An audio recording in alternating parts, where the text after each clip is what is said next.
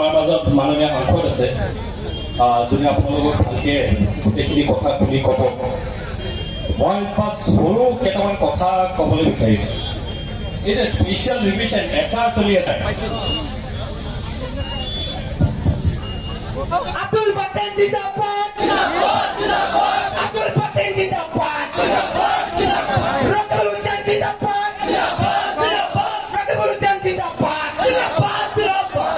আমি সকলোকে বিনম্ৰভাৱে অনুৰোধ জনাইছো, আমাৰ হাতত যি শিখা আছে এই জুই শিখা এটা নিৰ্দিষ্ট স্থানত আমি সকলোকে একগোট কৰিবলৈ অনুৰোধ জনাইছো আৰু জুই শিখাখিনি নুমাবলৈ আহ্বান।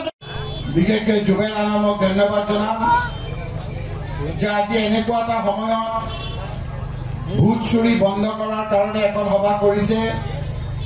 এই সভাখনত যুৱ কংগ্ৰেছৰ লোকসকলক সামৰি খুৱাইছে। এই সময়ত এনেধৰণৰ সভাপতি ৰাইজক সজাগ কৰাৰ কাৰণে মই জুবেল আলম ডাঙৰীয়াক ধন্যবাদ আৰু কৃতজ্ঞতা জ্ঞাপন কৰিছো। ৰাইজ, এই সভাখন সচৰাচৰ কৰা আমি ৰাজহুৱা সভা নহয়। এই সভাখন অতি গুৰুত্বপূৰ্ণ সভা। এই সভাখনত আমি যদি ভালকৈ আলোচনা কৰি কাম কৰোঁ তেতিয়াহ'লে আমি বহু বিপদৰ পৰা ৰক্ষা পাব পাৰিম। মই বাতিন খণ্ডকাৰ ডাঙৰীয়াক ধন্যবাদ জনাব বিচাৰিছো এইকাৰণে যে আজি মোক মাতি আনিছে আৰু মোৰ এই যুৱক ভাইসকলৰ লগত আৰু আপোনালোকৰ লগত কিছু সময় থকাৰ এটা সুযোগ দিছে। আপোনালোকৰ এই সৃজনগ্ৰাম সমষ্টিত মুঠ মণ্ডল কংগ্ৰেছ আৰু অধিবক্তা খাদ্দাম হুছেইনক পঠিয়াইছিল। আমি তেতিয়া চিফ ইলেক্টৰেল অফিচাৰক কৈছো যে অসমত কেনেকৈ এছআইআৰ হ'ব। অসমততো এছআইআৰ হৈ গ'ল। তেতিয়া কৈছে যে কেনেকৈ হৈ গ'ল। মোৰ যে এছআইআৰত যিবিলাক কাগজ মানুহে দেখুৱাব লাগে বুলি কৈ আছে তাতকৈ বেছি কাগজ আমি দেখুৱাই আমি এনআৰচি কৰিছিলো। এনআৰচিত আমাৰ ইয়াৰ মানুহবিলাকক এটাই আন ঠাইলৈ কেইবাবাৰো লৈ গৈছে নে নাই?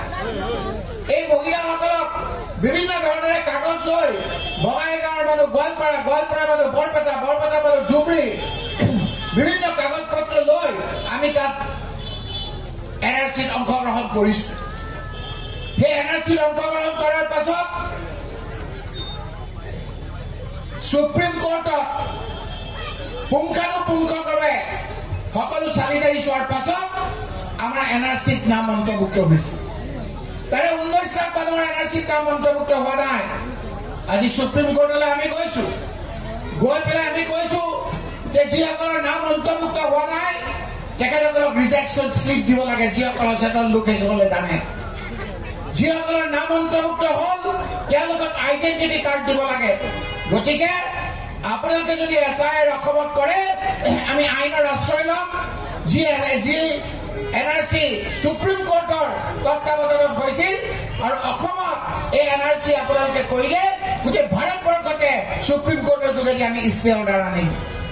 পিছত যেতিয়া ইলেকশ্যন কমিশ্যন অফ ইণ্ডিয়াই বাকী জিলাবিলাকত, বাকী ৰাজ্যবিলাকত যেতিয়া এছআইআৰ হ'ব বুলি ক'লে আমাৰ সেই হেঁচাৰ প্ৰকোপত তেওঁ অসমত এছআইআৰ নহয় বুলি ক'লে। যেতিয়া এছআইআৰ নহয় বুলি ক'লে হিমন্ত বিশ্ব শৰ্মা মুখ্যমন্ত্ৰীৰ চকুত টোপনি নোহোৱা হ'ল। কাৰণ আজি আপোনালোকে দেখিছে অসমৰ মানুহৰ ওপৰত তেওঁৰ বিশ্বাস নাই।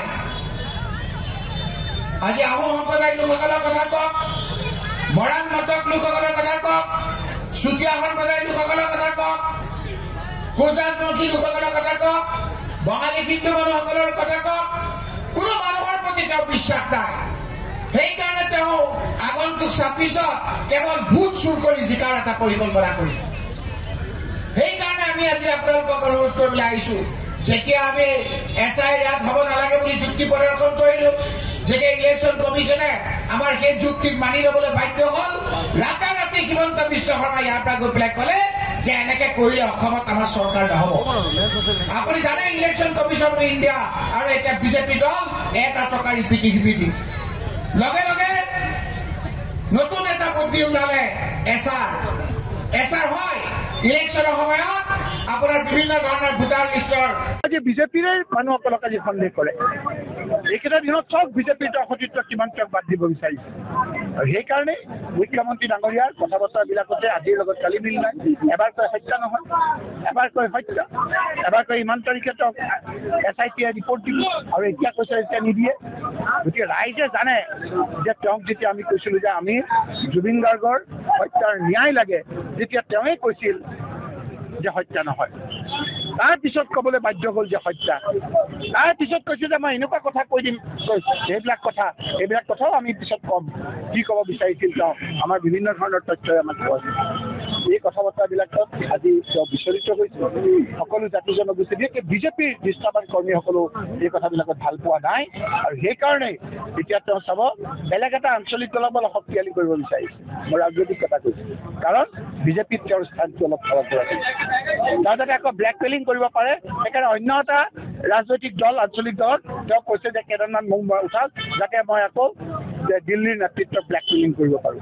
এই কথাবিলাক আগন্তুক কালত আমি জনাম। কিন্তু এই সময়খিনিত বিজেপিৰ সংস্কৃতিয়ে জুবিনৰ প্ৰকৃত অনুগামীসকলক যিটো আঘাত সানিব বিচাৰিছে সেইটোত সঁচাকৈ আমি মৰ্মাহত। সেইটো নিশ্চয়কৈ সময়ে তাক উত্তৰ দিব আৰু গৌৰৱ গগৈ ডাঙৰীয়াৰ ঘৰত সকলোৱে থকা অৱস্থাত নিজৰ পিতৃৰ শ্ৰাদ্ধৰ পূজা পতাৰ সময়ত যিদৰে সমালোচনা কৰিছে, এনেধৰণৰ মেণ্টেলিটি যি আমাৰ মুখ্যমন্ত্ৰী ডাঙৰীয়াই তেওঁ প্ৰকাশ কৰিলে তাক অভিনন্দন দিছোঁ আৰু নিন্দা কৰিছোঁ।